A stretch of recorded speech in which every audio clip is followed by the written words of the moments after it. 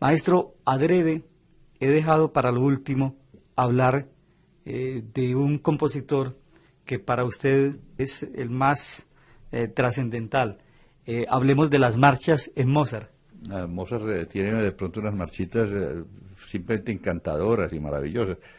La marcha en Mozart a veces tiene un carácter como de divertido, simplemente de música de baile y música de salón, pero en otros momentos, como en la ópera, la marcha adquiere un toque de solemnidad, de grandiosidad, que no tiene nada que ver con esa opulencia, digamos, de las marchas militares.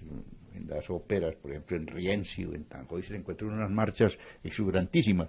En Mozart encuentra otras de un carácter muy distinto. Por ejemplo, la marcha de Tito.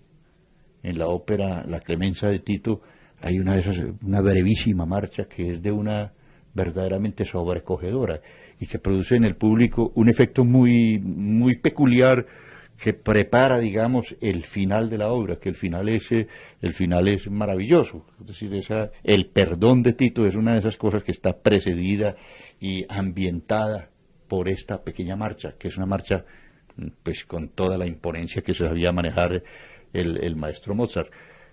Habíamos hablado ahora también de la famosa marcha, esa marcha nupcial que hay en la ópera Las bodas de Fígaro, pero yo creo que es mucho más representativa y hay otras marchas muy curiosas. Por ejemplo, la marcha de los sacerdotes en la flauta mágica tiene todo el carácter, es decir, es un carácter donde prácticamente destruye todo ese golpeteo normal de las marchas. Es una marcha solemne, lenta y pausada, que realmente es un cortejo que no va taconeando exactamente, los sacerdotes que se van moviendo casi que silenciosamente por la escena al son de una música que fue curiosamente lo último que escribió Mozart en la flauta mágica, fue ese cortejo, que es el principio del segundo acto. Vamos a compartir, maestro Rodolfo Pérez González, con los oyentes estas tres pequeñas marchas de óperas de Mozart a las cuales usted hacía referencia, de la Clemencia de Tito, de las bodas de Fígaro y la marcha de los sacerdotes de la flauta mágica.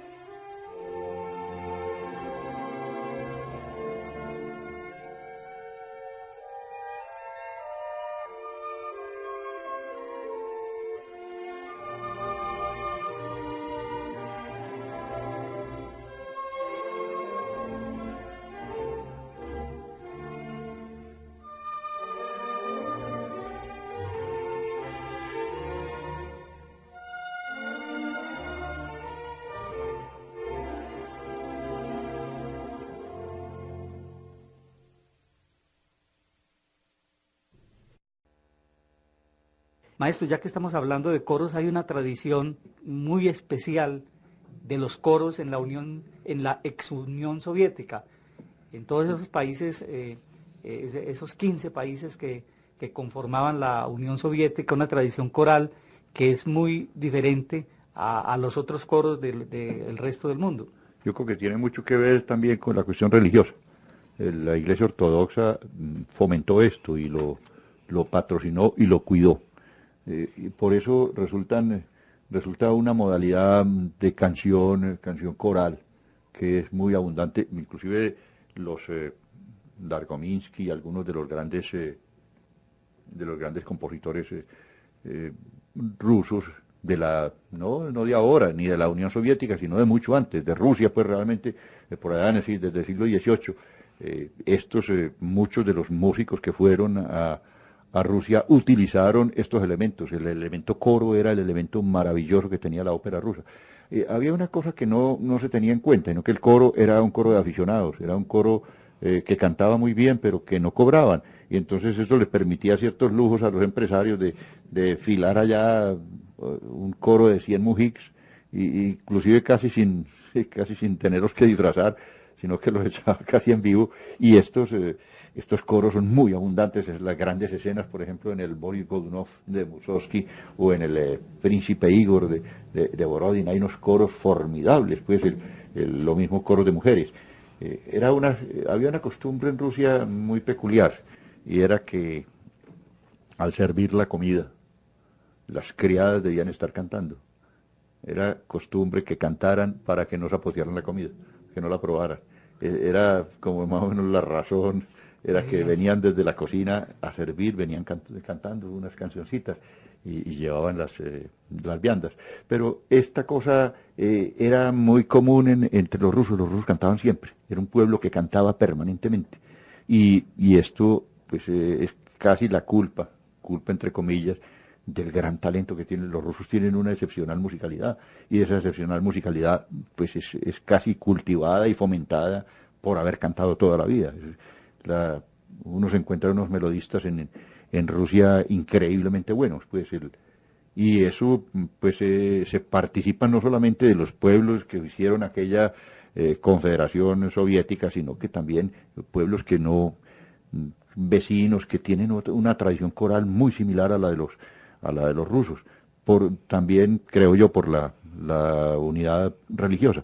Es el caso de Lituania, de Letonia, de Bulgaria, excepcionalmente bueno. Es decir, muchos de los grandes coros rusos se fundaron en Bulgaria. Uno que fue famosísimo, que fue desde el siglo pasado, es decir, eso fue casi que una ofensiva.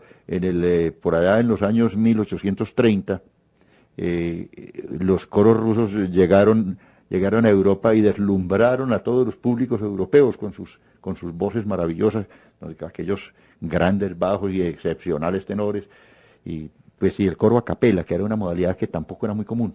Esa cosa pues la exhibieron los rusos desde el siglo pasado. Ahora, en este siglo hubo un coro famosísimo que estuvo en Medellín varias veces, fue el coro de los cosacos del Don.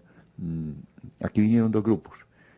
Uno fueron los dirigidos por un maestro Kostrukov, y los otros fueron los de Sergio Yarov, que fueron dos grupos excepcionalmente buenos. Este grupo fue fundado en Sofía, y era un coro que lo recogieron ahí para cantar en una iglesia, en la parroquia. Con esa gente organizaban el coro. Era un coro excepcionalmente bueno. Era gente muy, muy mayor toda. Pues eran personas que estaban alrededor de los más jóvenes eran de 50 y los de 50 en adelante, pues. Y estos coros rusos pues deslumbraron a todo el mundo, y fueron casi que una de esas modalidades que después aprovecharon en el sentido político. El gobierno aprovechó esto porque le hacía buena imagen. Es el caso de los coros del ejército rojo, que ya tienen un poco menos de espontaneidad, son más exhibicionismo que la calidad normal y esa de la gran canción rusa, que es uno de los tesoros más grandes que hay, más abundantes. Para nosotros es muy familiar, maestro, el sonido de la banda y coros de la Armada Soviética, porque fue ampliamente difundido en discos de pasta y en CD. Entonces vamos a presentar como ejemplo de los coros rusos una interpretación de la banda y coros de la Armada Soviética. Yeah.